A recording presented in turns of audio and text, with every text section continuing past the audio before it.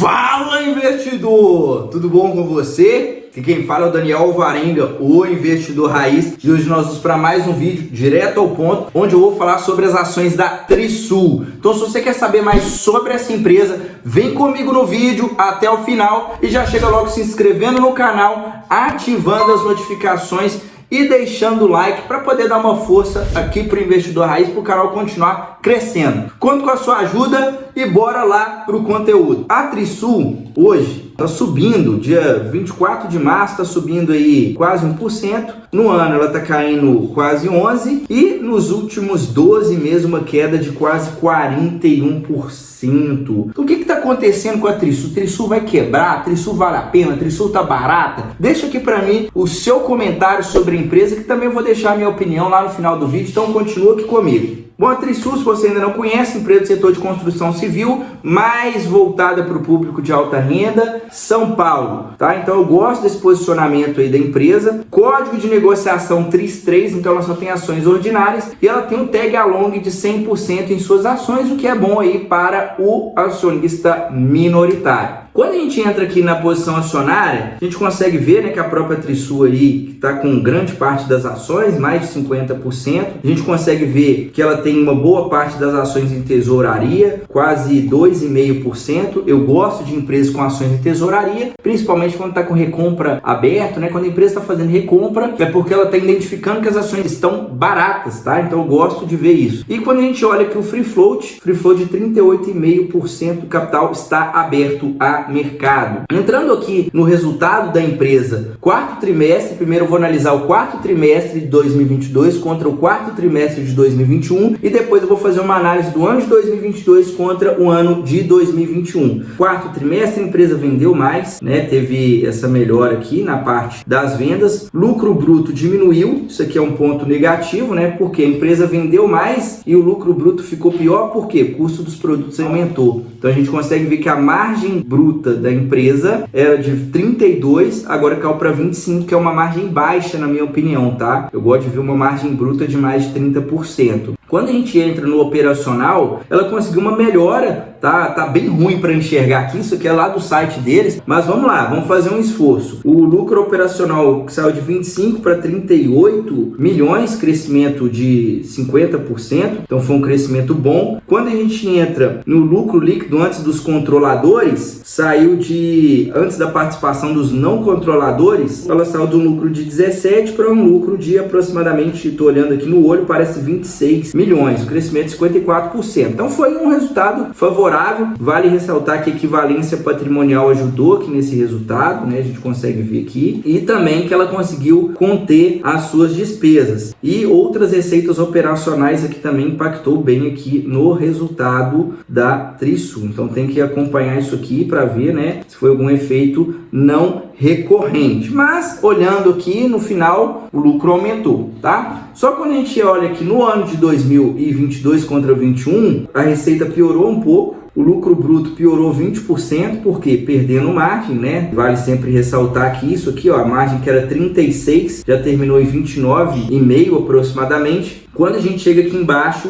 no lucro aqui dos controladores, saiu de 131, quase 132, para aproximadamente, olhando no olho aqui, parece que é 69, 70 milhões. Então uma queda de 47% no lucro, foi uma bela queda, né? Então vale ressaltar, né, que se a gente pegar o ano de 2022, o resultado foi fraco. Quarto trimestre, o resultado já foi um pouco melhor, se a gente olhar aqui pela ótica do lucro, tá? Continuando aqui a análise, agora eu vou entrar nos principais indicadores da Trisul. Eu sempre digo em todos os meus vídeos que não tem regra fixa com base em nenhum indicador, mas eu sempre vou passar um parâmetro para ficar mais fácil para você entender a minha análise. Eu sempre trago os indicadores mais adequados para aquela empresa que eu estou analisando. Só que antes de entrar nesses indicadores, eu tenho um recado muito importante para você que quer acelerar os seus resultados rumo à liberdade financeira. Se você quer construir uma carteira vencedora para você aproveitar as melhores oportunidades do mercado, tanto para você ter um retorno com a valorização dos seus ativos quanto com os dividendos, eu vou te convidar para o meu programa de consultoria personalizada de investimentos. Dentro desse programa, eu faço uma análise da sua carteira de investidor. Se você ainda não investe, não tem problema. A gente vai criar uma carteira do absoluto zero, uma nova carteira para você que vai totalmente de acordo com o seu perfil de investidor, de acordo com seus objetivos e de acordo com a sua realidade. Então é uma carteira totalmente personalizada. A única coisa que você vai precisar fazer é copiar e colar essa carteira e colocar o dinheiro para trabalhar. Então, se você quer ter o meu acompanhamento, é só você entrar em contato comigo no primeiro link na descrição desse vídeo, me chamar lá no WhatsApp para mais informações. Então, vou continuar aqui a análise. Cotação no dia 17 de março de 23 estava 3,20, valor de mercado 597 milhões. Então, é uma microcap, é uma empresa bem pequena dentro da nossa bolsa de valores. Eu sempre gosto de ressaltar que esse tipo de ativo é muito mais volátil. Então, tem muito potencial de valorização, mas ao mesmo tempo pode oscilar muito para baixo. Então, são ativos mais arriscados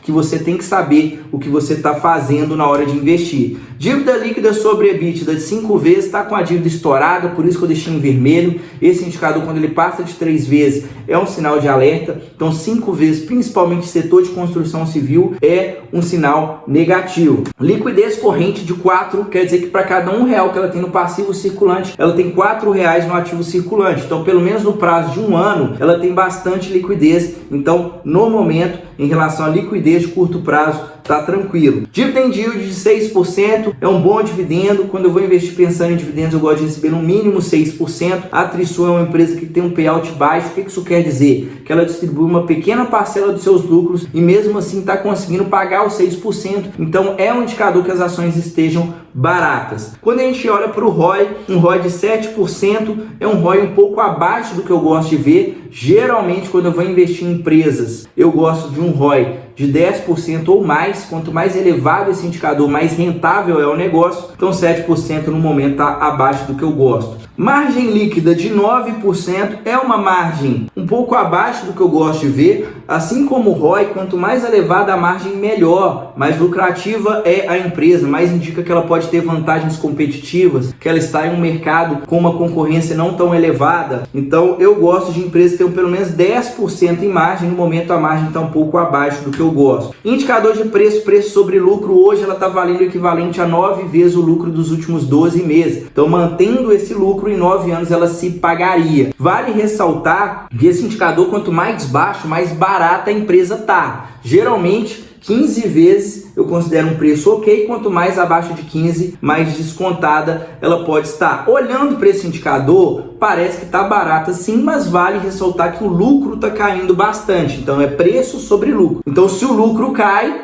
acaba que o preço sobre lucro também sobe, né? Que o preço fica maior aqui frente ao lucro. Então tem que levar em consideração a expectativa de crescimento da empresa ou de um decréscimo nos lucros. Então vale justificar que está barata, mas o lucro está caindo. Quando a gente olha para o preço sobre valor patrimonial, é um indicador que mede o valor da empresa no mercado contra o patrimônio dela, o capital do sócio. Então, olhando para esse indicador, hoje ela está descontada, está com desconto de mais de 50% frente ao patrimônio. Empresas do setor de construção civil, eu gosto de dar uma olhada nesse indicador. Então, assim, olhando para os dois indicadores de preço, me parece sim que está atrativa nesse valor aqui perto de R$3, mas é claro que a gente tem que ter cautela, pois a empresa está em um cenário complicado. Eu vou falar um pouco mais sobre isso daqui a pouco. Quando a gente entra no histórico de lucros e proventos, é uma empresa que apresentou lucro com consistência nos últimos 10 anos, pagou dividendos nos últimos 10 anos, isso aqui é um ponto positivo, mas vale ressaltar que ela está em um setor extremamente cíclico, né? Então a gente consegue ver resultado piorando de 2013 até 2017. 2017 o resultado melhorou, né? Começou a melhorar e veio subindo até 2021, 2020-21, resultado foi só subindo e depois o cenário inverteu e aí voltou a cair. Dividendo, a gente consegue ver que ela distribui uma pequena parcela dos seus lucros, é uma empresa que tem um perfil mais de crescimento, não é uma empresa muito voltada para dividendos. Quando a gente entra no histórico de cotações, é aquilo, né? Desce, sobe, fica um bom tempo de lado. Aí 2017 foi quando eu mostrei aqui que o lucro começou a engrenar. A cotação saiu ali de perto de R$1 para R$15. Então é aquilo que eu mencionei na hora que eu falei do valor de mercado da empresa. Esse tipo de ativo tem um potencial de multiplicar muito o seu capital investido. Então imagina você colocar lá R$10.000, virar 150 mil em um período razoavelmente curto, né? Então esse tipo de ativo tem um potencial para fazer isso, porque tem muito potencial de valorização, mas ao mesmo tempo são ativos mais voláteis e vale também ressaltar que é uma empresa mais cíclica. Então ela saiu de 15 ali para casa dos 2. Então ao mesmo tempo você pode ganhar muito dinheiro, você pode perder muito dinheiro nesse tipo de ativo se você não souber o que você está fazendo. Agora, para finalizar a análise com chave de ouro, vou pegar os resultados de 2015 até 2022 e vou deixar aqui a minha opinião sobre a empresa. Você que está acompanhando aqui até agora, se está gostando desse conteúdo, não esquece de deixar a likezera para poder dar uma força aqui para o investidor raiz, valeu? Então vamos finalizar. A receita cresceu, o EBITDA saiu de 42 para 117, o lucro líquido saiu de 19 para 68. Então tá melhor que 2015, né? Mas se a gente pegar os últimos anos, desde 2020 com a receita piorando, o EBITDA também piorando, o lucro líquido piorando. Vale ressaltar também que as margens estão caindo. Então nós estávamos com uma margem aqui por volta, vamos arredondar aqui para mais ou menos 15% de margem líquida. Agora a margem, que eu vou colorir de amarelo para você ver, agora a margem está em 9. Então se a gente pegar que ela já teve 18, de 18 para 9 a margem caiu pela metade. Margem EBITDA não caiu tanto, mas também caiu, né? Era uma margem que rodava ali perto dos 20%, agora está em 15%. Então assim, está perdendo lucratividade, a empresa está no pior cenário de endividamento agora, né? Nos últimos anos, para falar a verdade, uma dívida líquida sobre EBITDA de 5,1 vezes, estava com uma dívida equilibrada, agora piorou. Vale ressaltar que a dívida líquida também agora está na pior dívida líquida, né? Antigamente, olha só, rodava ali perto de 170, 200 milhões a dívida líquida. Teve um ano que ela ficou com mais dinheiro no caixa que dívida. Olha só, 2019, ela estava com 488 milhões no caixa contra uma dívida de 305.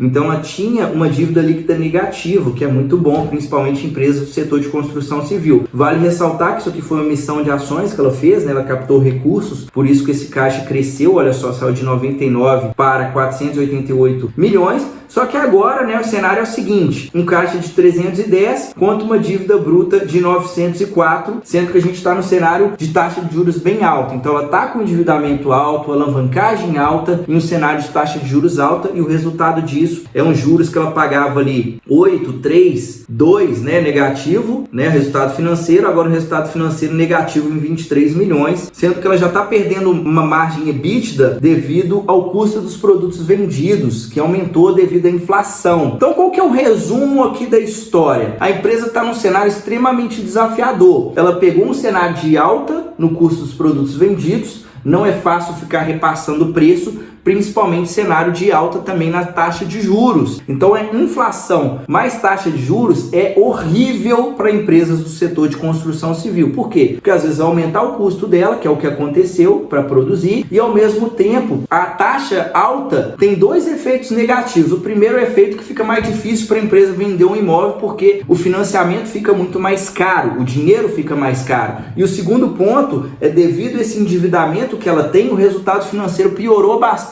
Isso também faz com que as margens diminuam. Então a gente consegue ver o efeito disso, conforme eu falei aqui na questão da margem líquida, já foi 13, 18% e agora está 9%. Então esmagou a margem líquida da empresa. Qual que é a minha opinião aqui? O resultado do último trimestre teve alguns efeitos ali, né, que pode ser algum efeito não recorrente, mas não foi um resultado muito ruim. Tem que ficar de olho na margem bruta, porque eles mudaram a estratégia, agora eles querem vender mais para diminuir o estoque. Consequentemente, para vender mais rápido, acaba dando desconto e diminuindo a margem bruta. Isso aqui me preocupa. E isso só acontece devido ao endividamento. Quando a empresa tem endividamento do nível que ela está agora, ela fica com a corda no pescoço e tem que ficar dando desconto para vender. Isso aqui é negativo para a empresa, né? Porque ela perde margem, vende mais, mas não ganha mais dinheiro. Vale ressaltar, né, o que eu falei, cenário macroeconômico. Não tem como a empresa fazer um milagre com essa taxa de juros mais alta. Todas as empresas do setor de construção civil estão passando por um cenário desafiador. No caso da Trisul, o problema maior é a questão de dívida. A empresa que tem um endividamento bem baixo, ela consegue passar com mais tranquilidade por esse tipo de cenário. Então, minha opinião é que o ativo mais arriscado tem muito potencial de valorização, tá barata sim, mas enquanto essa taxa de juros ficar alta, a tendência é que ela vai sofrer. Tem que acompanhar para ver se no ano de 2023 ela consegue dar uma melhorada nesse lucro, se ela consegue recuperar um pouco de margem, mas